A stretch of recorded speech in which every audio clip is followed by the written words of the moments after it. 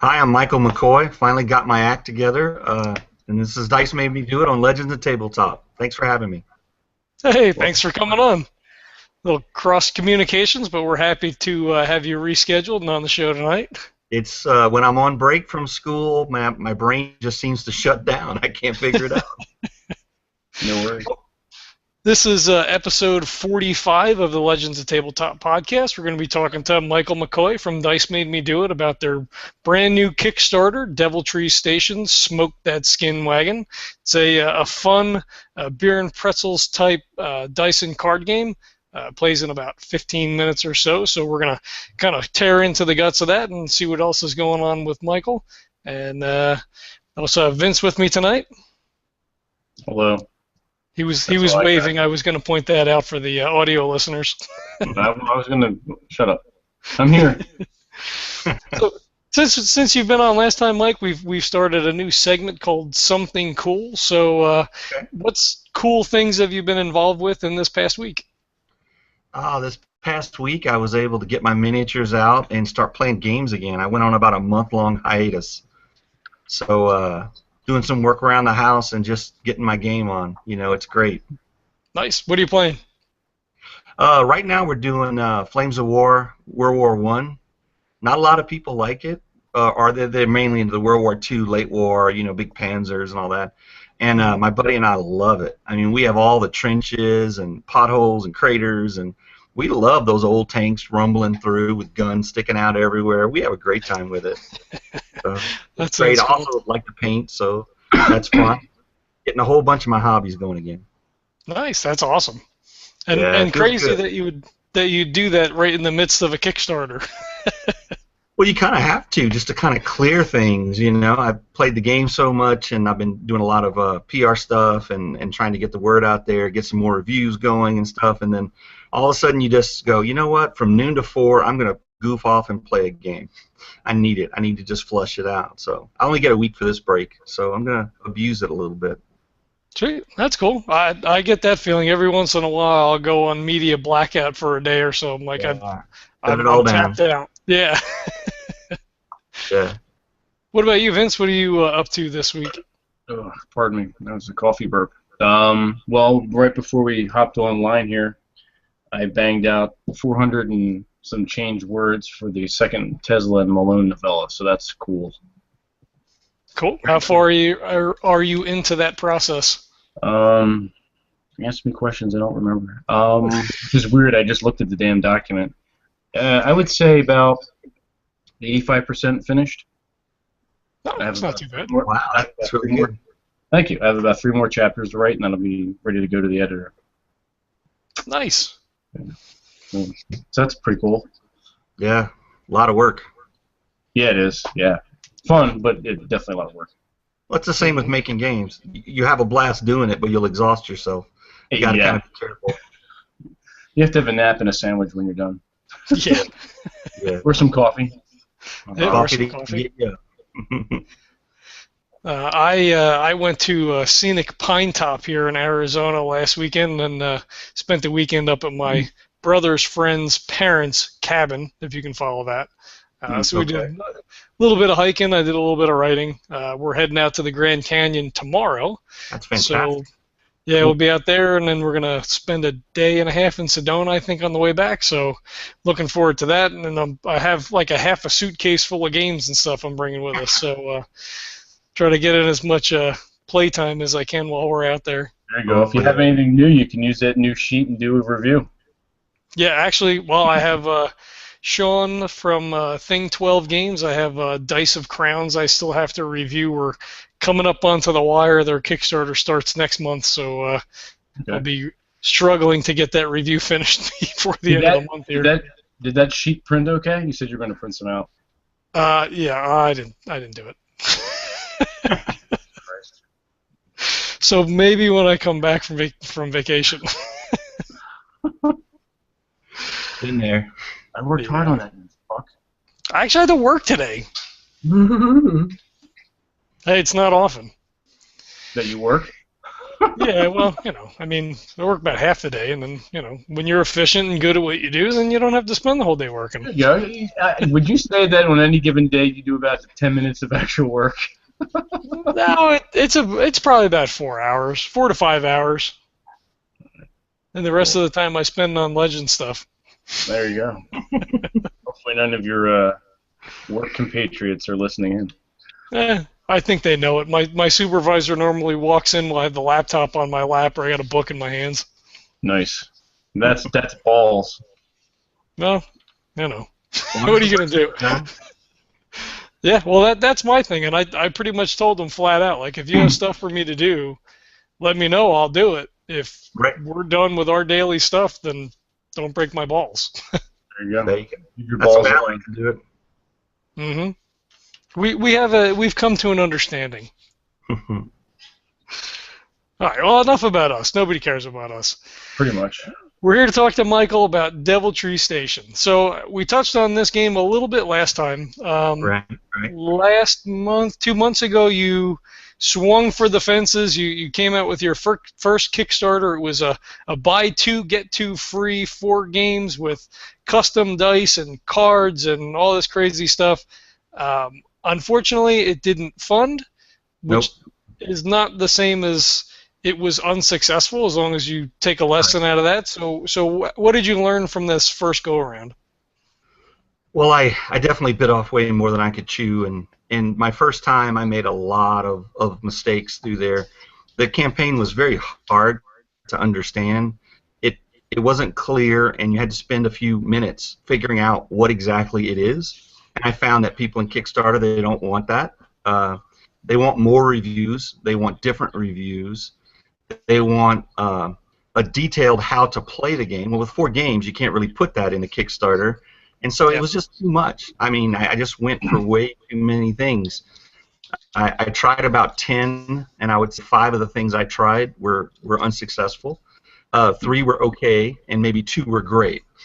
And so what I did was I took all that knowledge and then made the Devil Tree Station Kickstarter, because even though the 4-game Kickstarter didn't go, it still have all 4 games. And so, well, let's shoot for one of these games. And one of the big things that we're doing differently this time is the shipping is included in the price for the U.S. And so it's a no-brainer. If you want the game, if you like the game, you just pay and no shipping. And everyone else has discounted the price of U.S. shipping. So trying to make that easier for everybody and a little less painful, a little clearer for what you're doing.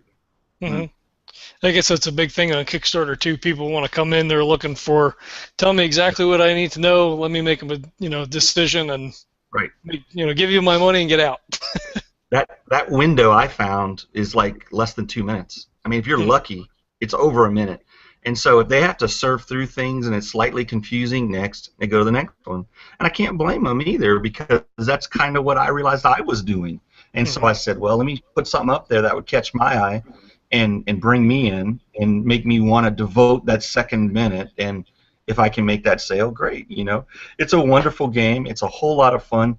And it's not just about the randomness of dice. There's a lot of deduction and plotting and kind of figuring out what your opponent's going to do, and then does he know that you know that he knows, and then that whole Vincini line, So you got to kind of watch it. But every time I've brought this to a new group of players, everyone starts with the Western accents, fake spitting in the spittoons. Everyone's having a blast, and so that makes me feel really good, and makes us think we hit it. We really nailed this one. So. Mm-hmm. So tell us a little bit about the game. What's the overall theme? What are we looking at here?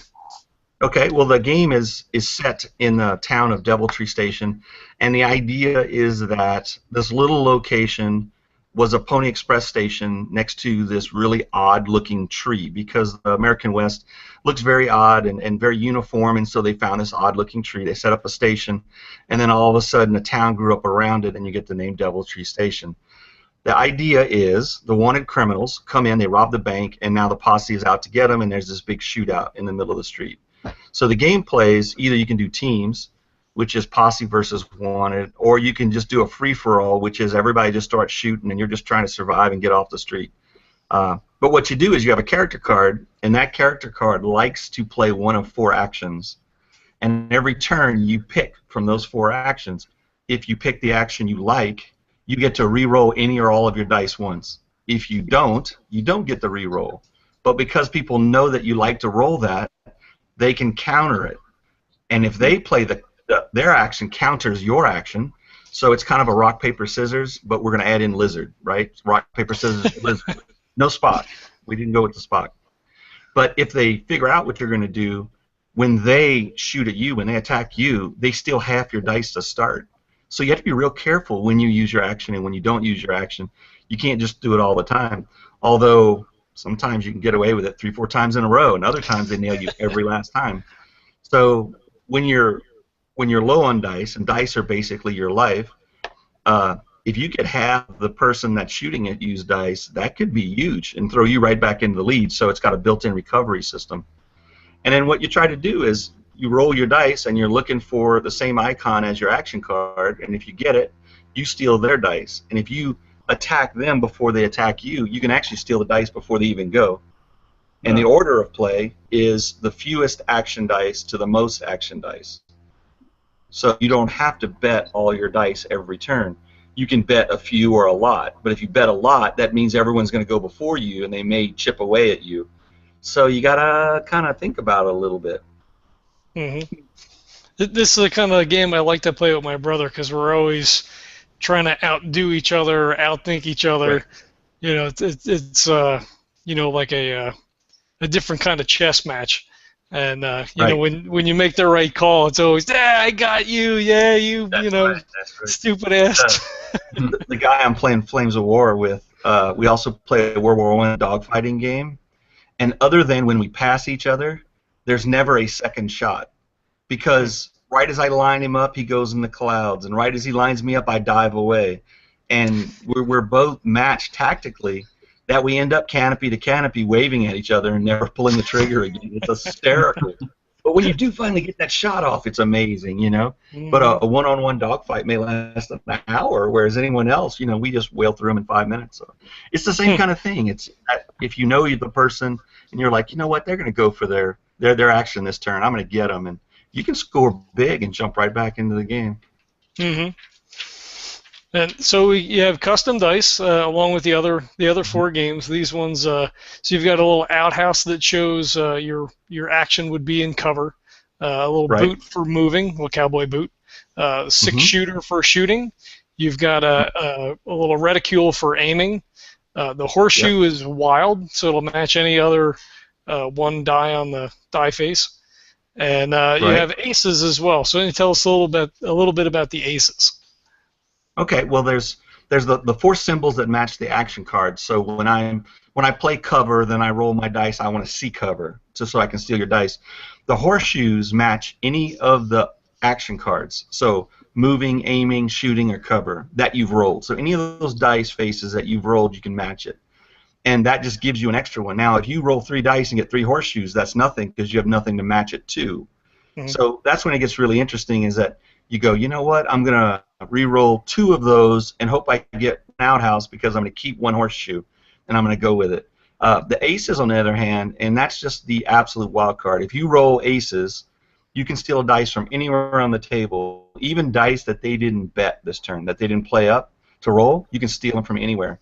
And so usually if you roll enough dice, you know, 1 in 6 tries, you're going to get a couple aces.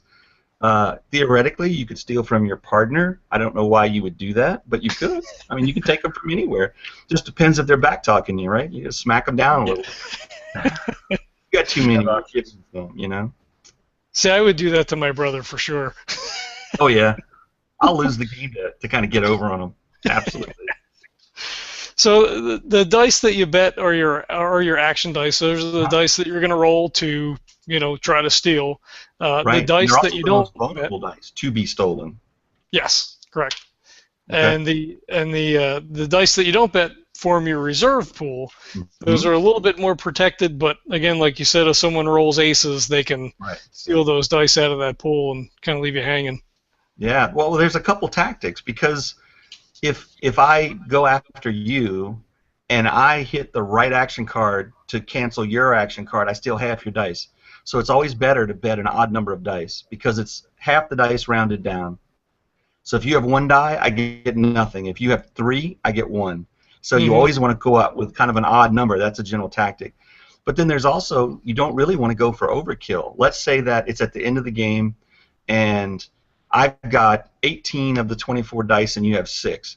Well, everybody would go, well, let's just throw all 18 in the action pool. And I'm like, but if he gets my action card, he steals 9 dice, which now puts him in the lead.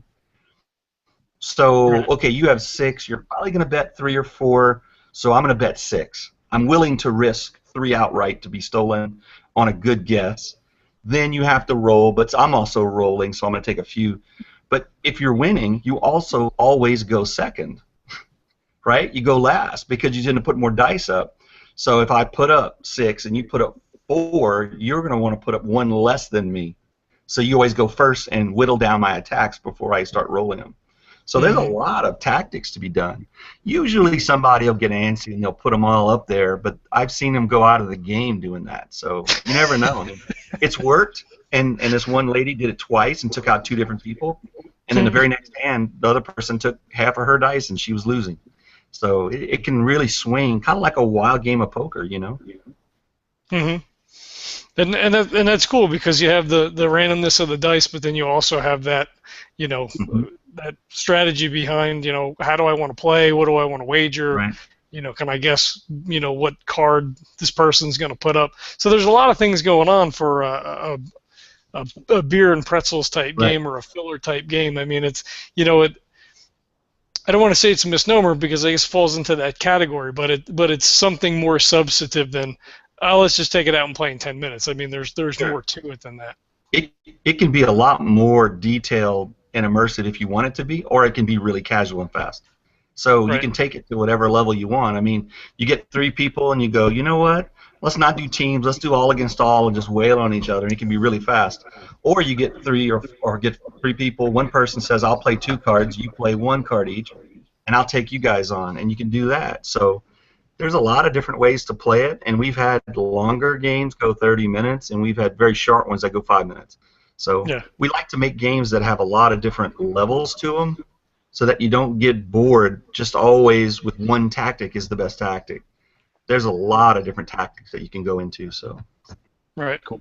And it hits right into my wheelhouse. I mean, I'm an RPG guy.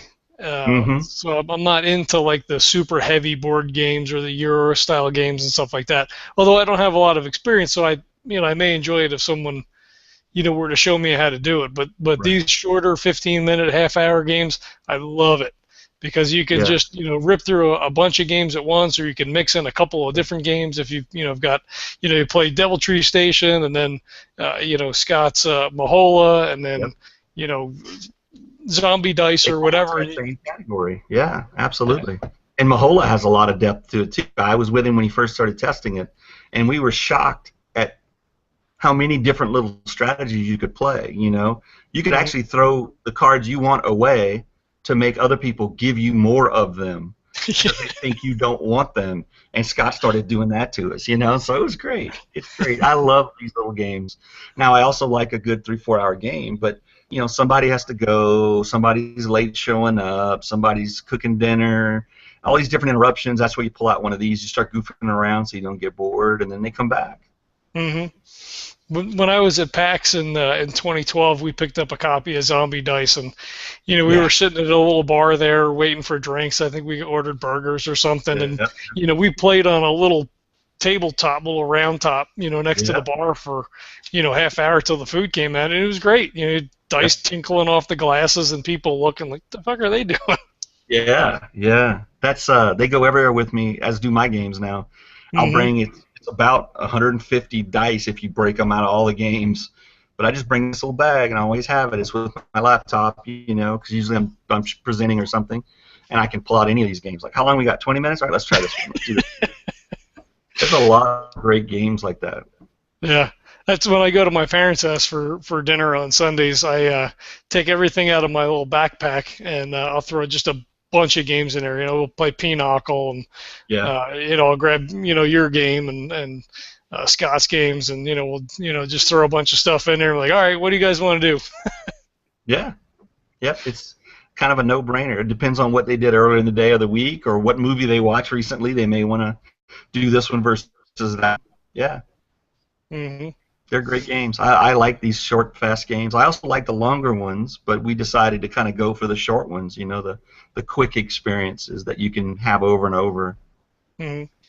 Is it harder to write a shorter game like that to develop the concept of that as opposed to a longer, larger board type game?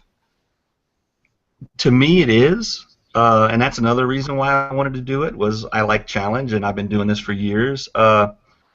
It's sort of like having a meal that's only one dish. If you hit it, it's great. If you miss it, it's garbage. So you have to keep kind of boiling it down and trying and retrying and stuff. And to be honest, Devil Tree was the last of the 4 games we were working on that actually landed. And when it finally started to work and we saw multiple strategies being deployed was when we stole half the dice rounded down to start. The minute we saw that, it was great and everything clicked. But we got it to 70% or so, and then for 6 months it sat there and we could not get it over the hump. And then we figured out that one mechanic and we went, oh my God, now we're at 95. How did we do that, But it just took so long to boil. So it's kind of like making consommé, You keep boiling that water out until you get something that's really good and concentrated, and you go with it. Mm-hmm. I point to Steve Jackson games. I mean, Zombie Dice, Chupacabra Dice, they're idiot-proof. You can't screw them up, and they're amazing for exactly what they are. They're absolutely amazing. And so they inspired me to, and that's why we started attacking these, was I went, how can I make a quick team game with a Western theme? And then it was like, all right, challenge is on, Because the ones that were just kind of all against all, those we have a lot of ideas of what those are and how to make those and what they should do and how they should make you feel. But a team game and a co-op game that's fast and dice, that was new, and so I really jumped on it and just had a great time with it. I had another great designer, Jason Leary, was helping me out. He was on a summer internship, and he did an amazing job, and actually came up with one of the games by himself. Nice. Very cool.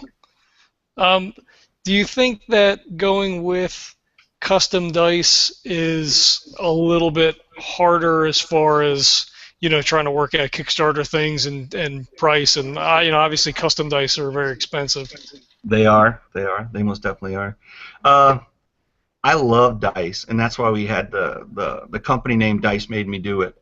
I love dice. Like, I go to PAX and I see the big Chessex bowl of dice, and I bury my hands in that. I know everyone else has, but I can't stop myself. I just love dice. So we decided to do it. It adds to a Kickstarter's bottom line for sure, because when you do custom dice, the setup fee can be anywhere from $1,500 to $2,500 per custom dice layout. So in this game, and that's just to be able to have a mold, and then they go and they make bazillions of dice. But a card, costs you, let's say, a nickel compared to a dice cost you 25 cents. I mean, it's a big investment. Yeah. For what we like to do, it was worth it. I mean, we could have made Devil Tree with normal dice because it's one 6-sided dice, and you can just say, well, you want ones if you're in cover and twos if you choose. But to me, that wasn't the right way to do it. It didn't complete that fantasy and put you in that theme and really give you something. And then the bone-colored dice, it was like, oh, I got to do it. So yeah, it makes the Kickstarters a little harder, but the product you get, I think, is much, much better. So that's why we've been, going for it. In fact, Scott, I work very closely with Scott Hansen, and he said he's purposefully trying to avoid custom dice because of the expenses. Mm-hmm. And I said, well, I'm going for it. And he goes, man, I hope you can go with it. And he goes, they just scare me because I don't know about, how much they cost and all the setup fees and stuff. But I think it's worth it, and I hope to make a go of this, have a good time with it. The games are definitely fun, and everybody likes to see dice roll. And the minute they see dice roll, they want to pick them up and roll themselves. And so that's kind of connected. Yeah, there's a magic to it, that's for sure. Yeah, it's a tactile thing. I can't explain it. And they look awesome. I mean, like you said, if you just had regular 6-sided dice, it would just not have the same visceral, It would work, but it would fall a little flatter. Like, the experience wouldn't be as deep, I think. Mm-hmm. Yeah, and like you say, as gamers, we like dice, generally speaking. So, the more dice, the better. That's my point. Dice also make it hard to work with, though, because of the randomness of dice. And if you just make a game around the randomness of dice, they tend not to be very good games because you can't control that. And that's why we brought the cards into all the games to mitigate the randomness and give you some strategies, some decisions to make that are meaningful. If you have meaningful decisions and you get a bad dice roll, you go, well, that happened. But if you're only rolling the dice, you kind of say, it's not in my control. Why are we playing this? I don't get it. And Yeah. so you got to kind of be careful. That's where like Yahtzee and things like that come in, because you make a choice of where you put your roll, and that may affect what you can and can't count later. And so you have to come up with inventive ways of making meaningful decisions when you're rolling dice. Mm-hmm. You always hold off on that one chance box. Just you That's want to right. throw your 6 points in there at the end of the game. That's right. 6 is better than 0, so you want to save it, Yep, that's for sure. Yeah, I've been there. We're talking about the dice and the tactileness and the theme and everything else. So your illustrations, I'll let you say the name. It's Alexandra Petrick. Okay. Petrick, yeah. And Taylor Adele Smith. Yep. They're both fantastic artists, and they both worked on different cards. In fact, I've had both of them work on all 4 of the games, except Taylor didn't do any cards for the Norse game. That was the only one, because Alexandra was doing such an amazing job. I want you to keep experimenting and playing with this. I don't want to take any. I mean, she was having so much fun, and I think she saved Loki until the last portrait, because she said that's going to be the most interesting portrait, and she was dicing them out to herself, kind of parceling them out, which ones I can do and which ones I can't. And then at the same time, Taylor was finishing up grad school, so she didn't have as much time. But they do amazing art. I know Alexandra is on DeviantArt, and I'm not sure if Taylor is or not yet. But you can go see a lot of Alexandra's stuff. She's doing a lot of crazy things right now. She's got a little bit of work, but she's using her time to kind of get better at different things. And I've seen watercolors and pen and ink and you name it. She's just experimenting, and it's something amazing to see every day. I'm on her Facebook and I see everything, and it's great stuff. If you want to shoot me a link after the show or during the show, I'll post that up in the show notes. People want to go and check that out. Absolutely. Awesome. Yeah, they're really neat. I mean, the portraits are amazing. The cards have that like old poster. It's got the square nails on it. It's kind of curled and torn, and it really really plays to that theme very nicely. It's really cool. Well, we were we've got a number of stretch goals, and they're 4 card sets to basically give you other characters to play. But one of the sets is the Silverback Saloon. It's the towns, and we want to do those up like show bills. But basically, it'll be the same thing, kind of nailed to a wooden wall, just like a wanted poster would be, or something like that. And then we want to get the cavalry in there. We want to get Native Americans in there, some miners in there, some bounty hunters. I mean, you can just keep going crazy with these things and get lots of different characters in there, just so everybody can find characters they identify with and they want to play as. Right. They all basically are those same 4 action card character sets. And that's another thing that makes the game work is if you do get 2 copies of the game and you play 4v4, each side has 4 cards, and all 4 will get played every turn. It's not like 2 of us could play shoot. There's only 1 shoot card, so you have to negotiate with your own teammates who gets to play the shoot card. So usually one person holds them, and somebody says, I want this one, and I want that one, and I want this one. And you go, okay, that's good, I'll play the last one. And so that's another one of those kind of social interaction things that make life kind of fun. And you can do some bluffing and some stuff like that. Well, I played this one last time. I don't want to play that one this time. Why don't you play that one? And they don't know what you're doing over there, but they go, oh, well, McCoy played shoot, so now so-and-so's going to play shoot, and we can do it. And you're just messing with their heads, having a good time. Yeah, well, that's what it's all about, too. Yeah. So for the Kickstarter, you're looking for your goal set at 11,000, which might seem a little pricey from the outside in, but like you say, having molds made for dice and things like that, and you got to pay your artists and all that kind of stuff. So so the base pledge is $24, gets you one complete copy of the game. It ships for free in the U.S. So you're saving there. If you're in, Canada, it's 14. The rest of the world, it's 17 for shipping. Right, A and pledge that of 40. includes the U.S. discount. So whatever the shipping would be to go to Europe or anywhere else, I just took $6 U.S. off the top of it. So everybody's getting that same benefit. Nice. Cool.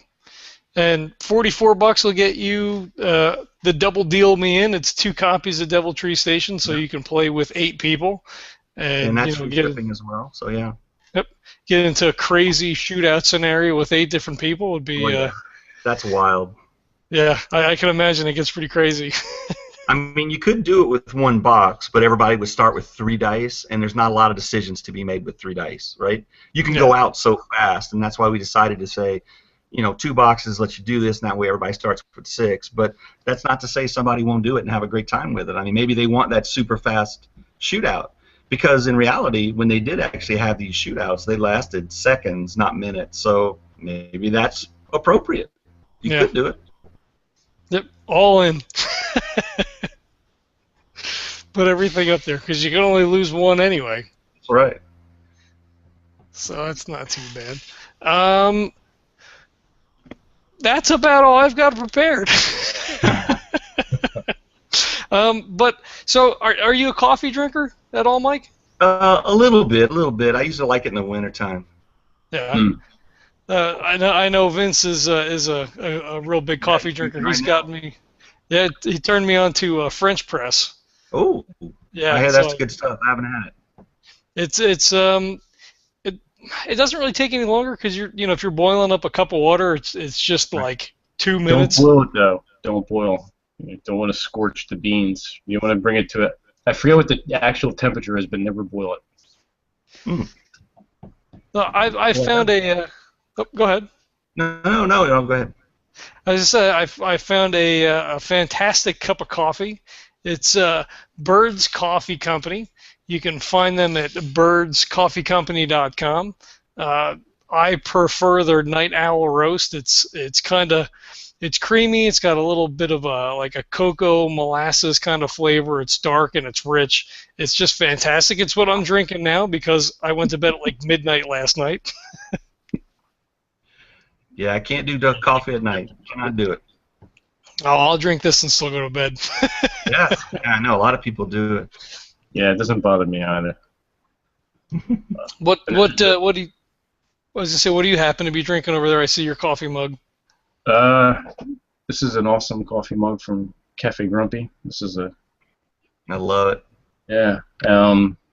This unfortunately was not Bird's coffee. I don't have my blend yet. This was some swill from Wawa. Oh, don't say Wawa. I missed that so much. Well, you're not really missing. I mean, although I did have a hoagie, so the hoagie was tasty. Oh, you're an asshole.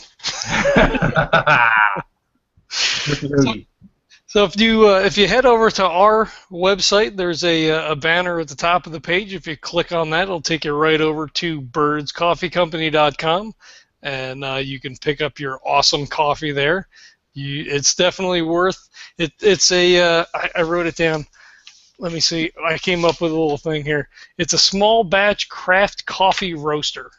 So if you were to place an order today, it'll get roasted probably tomorrow or the next day and then shipped out. And when you get your beans, they're about as fresh as they're going to be coming right out of the roaster. So it's a fantastic cup of coffee. It's a decent price, and Neil's is a part of the crew here, friend of the show. So we hope you support him as well and check out the coffee. Very cool. Very cool. All right. So what else do you have going on? Anything? Not a whole lot. I mean, I'm trying to get this one going, and then summer school's starting up, so I'm going to start getting that going. We've been putting in more vegetable gardens in the back. I've been doing spices. That's my thing, and we've been having a good old time. We have a record cold. The temperature right now, I think tonight's going to be in the 50s, and that stops in March in Texas, and we would already be in the 90s. And I want to say we've had one 90-degree day, so we were predicted to have a very cool summer, and so far true. But today high was 65 with Wow. rain and blowing wind. So, I'm wearing shorts and I'm freaking out. It's like, no, this is not right. It's definitely the coldest we've had it here in a while. And I'm from Louisiana. I don't like hot ever. And then I lived in Montreal and Columbus, Ohio for a while. So for me, snow, cold, I love it. So it's Mhm. good, but I know it's coming. I know the Yeah. heat's on its way. Mm-hmm. Yeah, we've been in the 90s here already. I think today was only about 86, but Yeah. yeah, we're hitting those temperatures now. I've had the air on for a couple of weeks already. Yeah. Well, we just put in a new screen door because our Great Dane went through the old one. So we had to put basically a security screen door, right, where the screen is metal, and Mm. it's got little like decorative bars in front. Not because we're worried. We live in a great neighborhood, just to keep the damn dog inside. He got to where he got a running start, and he would dive through the hole that he had made. And at 130 pounds, you're not going to stop him if you don't want to be stopped. So, rotten animal. Oh boy, I bet that was a surprise the first time. Very much so. Very much so. Oh man. So give us the web address real quick. We'll get that out It's there. www.dicemademedouit.com is our web address, and on there's a link to the Kickstarter. The Kickstarter ones are very nebulous, Mhm. but you can go on Kickstarter and just type Devil Tree Station, and it'll come up. You could go to Legends of Tabletop and check out our review of Devil Absolutely. Tree Station. There's a link on there as well. It'll take you right to the Kickstarter. And The and your Kickstarter has links to all these other reviews, so they can come to the Kickstarter and then go to your place. And I actually have a link now to a Italian review, and I had to have Google translate it. So then I was trying to get a few captions out of it, just a few bits, people who don't want to go. And the translation is horrible, so I just apologize right out. I apologize for the translation, but they talk about the things like the bluffing and the randomness mitigation and things like that, and so they had a good time with it too. Bearded Meeple has a review of it as well, besides you guys. So yeah, there's a lot of reviews up there to take a look at, because Kickstarter is a buyer beware environment. You better do your research. Make sure That's what true. you're getting is good. yeah. Yeah. And your Twitter handle, you want to throw that out there as well? People It's can Dice check you made out me there. do it as well. Everything is Dice made me do it. We've got a Facebook page. We've got a Twitter page. We try to get out there and put things out. And when I get new reviews, new information, I'll throw it out there and just keep the information flow. And that's the big thing about Kickstarter, is making people aware that you're there, because there's so many good games and good things on Kickstarter. You can get buried, just because of the competition. Yep. You could also go on there and spend a lot of money. Oh yeah. Oh yeah. I went through that in the very beginning. I'm like, oh, this is great. I want that, and I want this, and I'm going to order that. And then my bill came, and I was like, oh, I forgot I ordered all that stuff. That's right. And then you have to wait for it. So it's a delayed gratification thing. You got to be real careful, because you'll forget that all this is coming. Well, I had something show up today, and I went, Poland? Why am I getting something from Poland? Sure enough, it was something that I'd ordered, and it was great. It was fantastic. That's cool. Yeah. Kind of blew my mind. I got a little note from the post office a couple of weeks ago, and it said I had a letter, and I'm like, a letter? What the fuck is a letter? It's my ex sending me something through the wire. Like, what the hell is going on? Trouble. I go down there, I pick it up. It's just like a little package. I'm like, what the? Oh, I know what this is. I ordered glow in the dark dice. I forget what the friggin' name of the company was. Space Roller dice. Yeah. And so I use them for my BattleTech game now. I leave them in the windowsill, let them charge all day for when my brother comes home, and then like turn the light off real quick. I'm like, I want to roll real quick. 3 rolls, then it goes dead. Pretty much, yeah. But that's fun. Yeah, I love it, because these little presents show up periodically, and they're great. I ordered 2 dragon sheaths from Dogmite Games. And they're shipping them out a little bit at a time. I got an email update, so mine's supposed to ship in September. Oh, so you're way down on the list, huh? Well, I put the order in like towards the very end of the Kickstarter, so I kind of figured. But when I saw it in black and white, I was like, damn. Yeah. I just got into a World War II card game, and it went over. I want to say it cleared 125,000. It was really big, but I'm dying to get it. I'm dying to get it. It's supposed to be a really detailed game with tactics, and you go out on your mission and you have your objective, but things happen on the way, and you've got player character soldiers and NPCs and then squad mates, and I can't wait for it to show up. So yeah, that sounds like a fun game. yeah, when they started adding for the stretch goals, they added Russian and they added the Polish, and then they added the British, and so you got Germans, Americans, British, Russian, Polish. I assume because they want to do the whole early war, Operation Barbarossa, do all that, and then eventually I'm already sending them emails. You're gonna do Italians? You're gonna do French? When are these coming out? You know, can't wait. I'm just such a game junkie. The mechanics looked very interesting, so that's where I get in trouble. Even if I never play it, I'll read the instructions 10 or 12 times and learn it because I have to know how it works. Right. And I'll get so much pleasure out of that. And then if I play it once or twice, well, that's a bonus, you know. Mm-hmm. Now, I know we asked you last time, do you have a regular group that you wind up playing with, or no? I've had regular groups before. My buddy Wayne Appleby that I'm doing the Flames of War with, he's run Wings of War, World War I, where we had a whole campaign. He did a Flames of War campaign. I do War Machine and Hordes periodically, but lately I've been so swamped with work I haven't been able to do anything regularly. Star Wars Armada, Star Wars X-Wing, you know, any of those dogfighting games, I'm a sucker for them. I gotta play them. And then my son wants to start up a D&D group, so I'm hoping to do that with him. That would be a blast. Nice. That's what I was going to ask you. Are you more oriented towards miniatures, games, skirmish type stuff, or do you get into the more RPG stuff? I'm into all games. It's crazy. I mean, actually, I take a medieval sword class, so that's kind of like SCA almost, right? But this is the actual martial art, you know, how they fought, what they did, and stuff. So it's like I want to experience it. I want to play it. I'm in my office right now, and I've got a whole shelf that is just RPGs. Nice. Vampire. I've got a ton of stuff from Shane Hensley.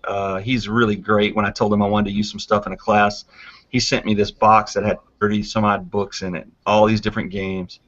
A long D&D fan. I had the original red and blue boxes, and then the original advanced rules with the big demon on the front, you know, and I did the DM for that and stuff like that. I love them all. I've got a lot of superhero RPGs. I just like the mechanics, and I tear them apart and learn so much from them that I'll buy RPGs without ever playing them. I'm still tearing them apart, doing my thing. And most of the books have a lot of good fluff in them too. So even if you don't get the chance to read them, you're still getting that world creation and the background and all that kind of stuff. Yep. My son plays a lot of the miniature games with me, so he's been running a D&D group, and then my daughter played it when she was home on Christmas break and had so much fun. She's been video joining him every Sunday from Georgia at college. Nice. And she's one of those people that said, I'm not going to play D&D. Geeks play that. What are you talking about? I'm not, that's no fun. And then she played it once and went, oh, my God, I love it, you know. So she brings reason and negotiation and whole lot of bartering and kind of verbal tactics, whereas the guys just go, I stab him in the eye, I'm done. And she's like, back off. Yeah. She's kind of the mother hen in the group. But my son wants to run a game with her and me and my wife and maybe a couple other family members, and you know, maybe only play once a month. But I really look forward to doing that. So. That's usually my time schedule's about once a month for a game. We started playing a Fear Itself campaign. It's been going for, I guess, about 3 months now, and that's a lot of fun. It's meant to be more of a one-shot horror slasher kind of thing. It's Gumshoe System from Pelgrane Press, but you know, we're kind of dialing it back a little bit so the characters survive. Although I haven't been able to make a stability roll, I don't think not one the whole time we've been playing. You need some new dice. That's right. I sit down here. Let me get them. This is not going to work for anybody who winds up listening to this later, but you can describe them in detail. I've got a makeup bag. This is all D6s. What did you do with your makeup? That's from the X. And then I've got, this is everything else. D10s, D20s, D4s. And when you So roll when I bad, sit you down to retire those play, dice, right? And you grab new. yeah, it's I crazy. do the same thing. Yep. Yeah, It's like Flames of War. I can make all my rolls until it comes time to wound somebody. Nope, I'm gonna fail that. But I'll hit 50 people. Well, but I can't hurt anybody. My buddy just laughs. That's all he does. Well, that's the last BattleTech game we just finished. I just completely annihilated my brother. We play with about, I think we do 20 mechs, and we do like campaign style. So we have a huge setup. People can go to our Instagram, check it out. I post pictures up over there. I just posted some stuff up on Facebook, and I wound up finishing the game with 9 mechs. He had none, obviously, and his dice for a month and a half were just absolutely hard. Yeah. He would need a 5 to hit, and he would roll a 4. It was just terrible. So it's like you're going to hit on a 5 up on a 20-sided dice, so you roll 3 20s, and then you're like, okay, now I need 8 or up to hurt you, and so you roll 1 1 1 1 2 3 4. And you're like, I couldn't have used some of that luck earlier. I mean, come on. I do it all the time, but I like the games where they're drawn out. Like when we do the World War I planes, you deal out 8 machine gun cards to each gun on every plane, and that's what you're going to shoot. So if you're at long range, you give them the top card, and you only get 8 shots. Then you're out of cards. You have to go reload, go land. But if you get the short range, you give them a top card and a card from the deck for free because you do more damage at short range. And I've looked at my 8 cards on my planes more than once. There's not enough points in it to take down a plane, period. And I'm like, 0, jam, 0, 1, 1, 1, 2. I add that up. I can't even hurt your plane. You know? It's just the cards you were dealt. You know, you got to deal with it. So it's a lot of fun. I like that. I don't mind losing if you have a good experience. And the experience was, well, I went up and it wasn't my day, but I survived, and that was a victory. You know, so. I love games like that. I think as you get older, you don't mind losing as long as there's a good story, there's a good experience. You're like, I'll lose every darn game, because I usually do. I suck at playing games. I'm pretty good at making them, but I can't play them to save my life. I lose all the time. So I hate losing. I especially when it's my brother, because we're just so... Well, that's the sibling rivalry. Yeah. Well, not only that, but Jeff is just so laissez-faire about most of the games. He doesn't. It's just like, well, it's like not serious. So you're like, fuck, you're so serious. I have to win. It's like, yeah, I've invested more. I deserve to win. That's right. You're crushing me, and you don't give a shit. This is killing me. You know? You don't even care. You're killing me. Fuck.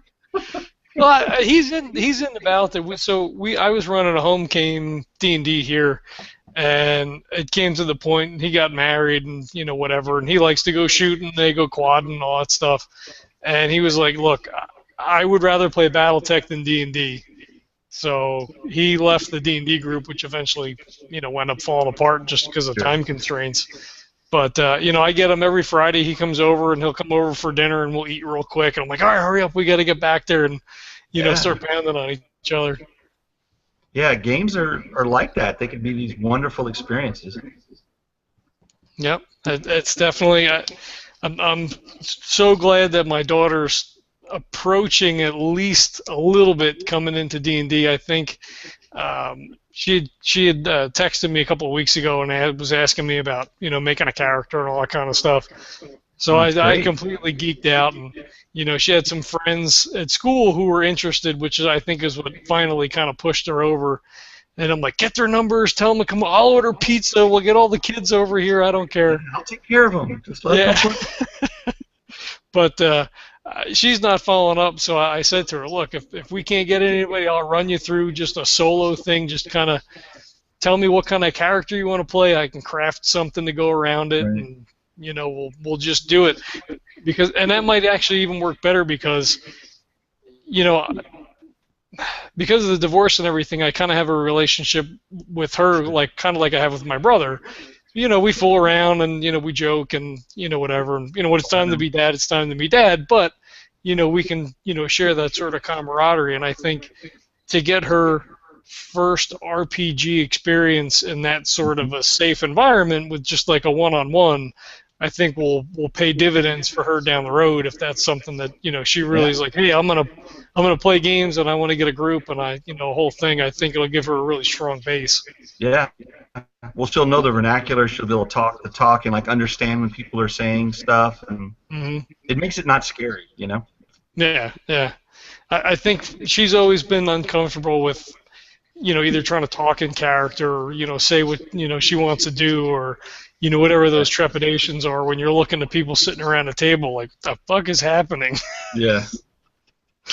So I'm fingers crossed maybe when we come back from vacation that we'll start to get something going. She didn't graduate, but school last day of school was today. So we have the rest of the summer now to kind of mess around with it. Cool. Very cool. Yeah, it's pretty exciting. Yeah, well, I agree. I'm looking forward to my son running one and playing. And it's great. It's such a cool thing to be able to share that with your kids because when you're, and we're about the same age, you have a passion for this, weird kind of, sort of social thing, and kids now with the phones and all that stuff, to be able to kind of bring them into the fold, it's so rewarding. I agree. Absolutely. Awesome. I guess that's all we've got. I've got five new final five questions since you've been on before. Okay. Shoot. All right. Let me find my paper here. So, are you a book or Kindle person? Book. Book.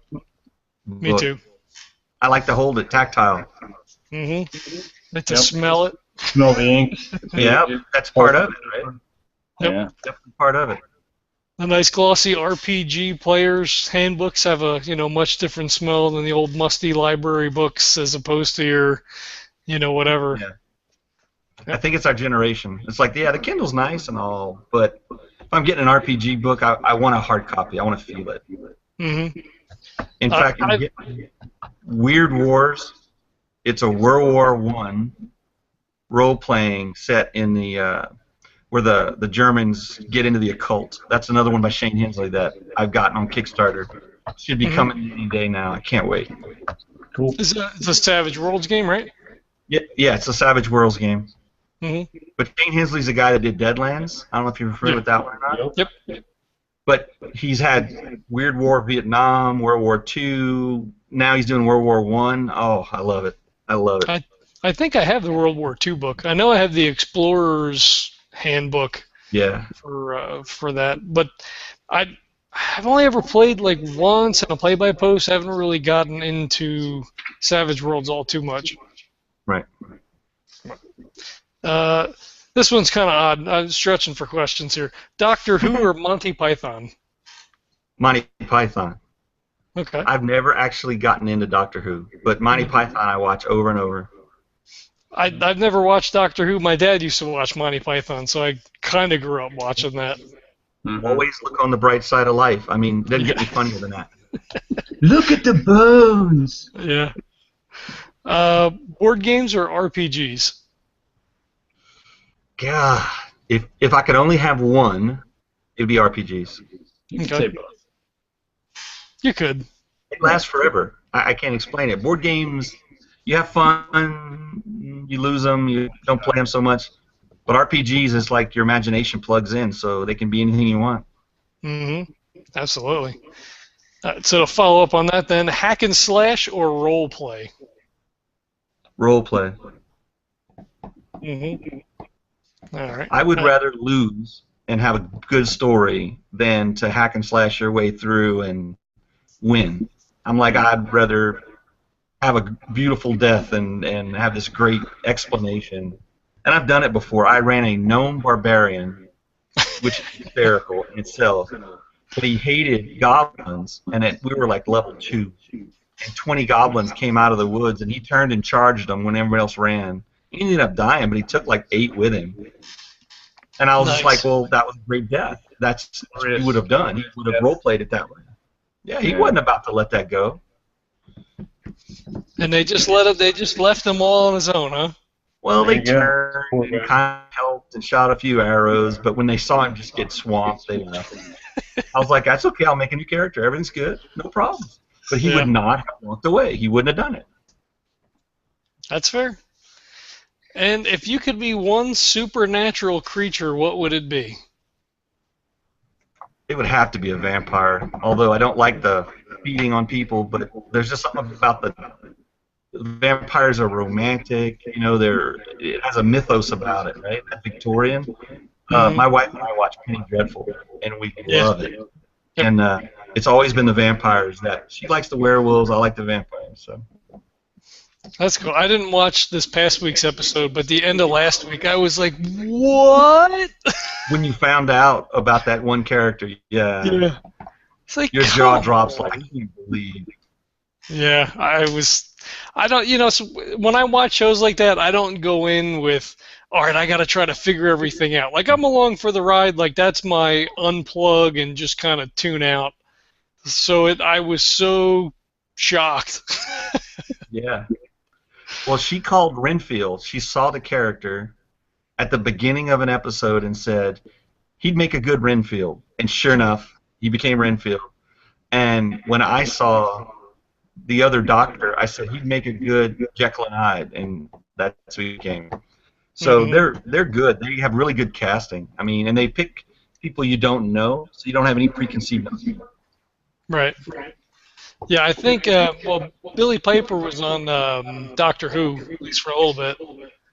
Okay. So, she has a little bit more notoriety, but I think most of the other, well, and Malcolm, I mean, obviously, Yeah. everybody knows who he is, but, other than that, I think they're mostly, unknown, quote unquote, so to speak. Yeah.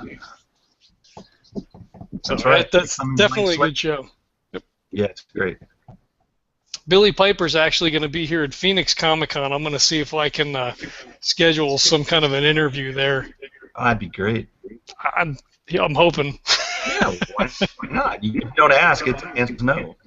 Well, that's it, and that's always been our thing. It's all yes until it's no. So. Yeah, Yeah. it's usually no, but fuck 'em. Well, that's true. It usually is no. Fuck 'em.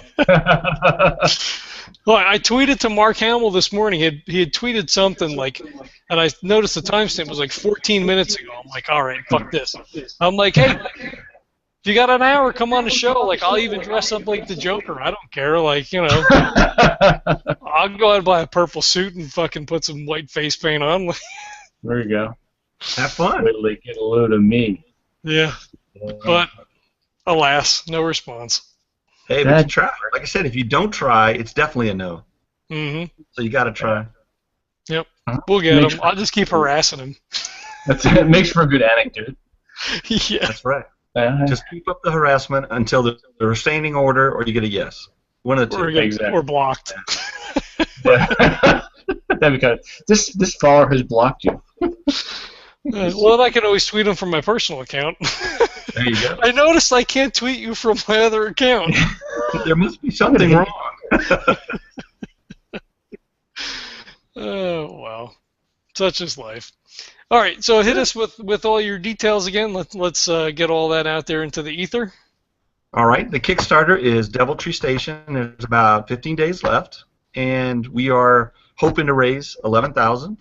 It's $24, and that includes free shipping to the U.S., and all the other shipping is $6 off. It's a team-based filler game, kind of icebreaker game is another word I've heard somebody use before. It's pretty casual. It's about rolling dice. You pick characters and stealing dice, and it's a lot of fun. Plays really fast. Everybody gets to roll dice, and if you don't win, play another game. You can just keep going. It's not that much investment to try it again and keep going. So that's what people usually end up doing is they want to play one game, they end up playing 3 or 4. Mm-hmm. Awesome. And then everything that's associated with the business is Dice Made Me Do It? Dice Made Me Do It is the name of the company. That's our website, www.dicemademedouit.com. We're also on Facebook. We're also on Twitter, just under Dice Made Me Do It. Awesome. And I'll launch into our details here in a second, but I want to thank you for coming on again. And I want to thank you guys for forgiving me for my lapse. I owe you big time. So you just name and I'll deliver whatever it is. I owe. No, that's my fault because I should have sent a follow-up email, and I kind of dropped the ball on that too. So we'll share the blame. Well, I'll take it all. I'll take it all. God, I feel bad. That's all right. We still got you in tonight, so we still got thank you guys. to chat and everything. So it's fantastic. Able to sneak you in under the wire before I go away for a couple days. All right, I'll give all of our stuff here. You can find us at legendsoftabletop.com. Any questions, comments, feedback, you can reach out to us at legendsoftabletop@gmail.com. We're on all the social media, so you can check us out there. There's awesome BattleTech pictures on our Instagram. There's some pictures from Pine Top this past weekend, and there'll be pictures of the Grand Canyon coming up here in the next couple of days. Hopefully I have service out there. Yeah, have a great trip. Thank you. I appreciate that. Like I said, I have a half a suitcase full of bags I'm taking, or games taken. All right, let me start over. Probably edit this out. I have a half of a suitcase full of games that we're taking. Who took them? No, I'm taking them. No, you're taking them. Mm-hmm. Awesome. Taking all of it. What? I think that's it. If you could leave us a no, I'm leaving that part in. If you leave us a review on iTunes, that would be greatly appreciated. That helps us out in the rankings there and helps to move us up the chain a little bit. So we would appreciate that. And thanks everybody for checking it out, and we'll catch you next time. Absolutely. Thank you.